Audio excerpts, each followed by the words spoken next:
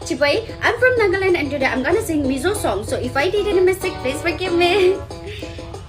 Lyrics, I will love with this song, guys. This song is very old, but still it's so amazing.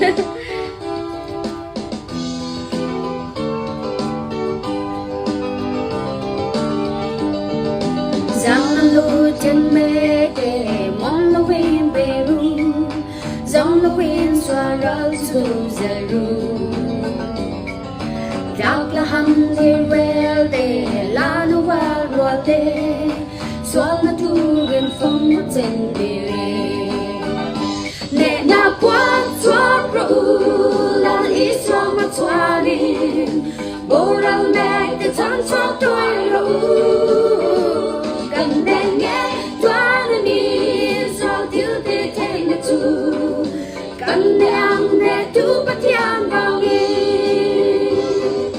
chỉ là cần rồi ram hi âu quê nghe kêu tin na xoa la shang vào đi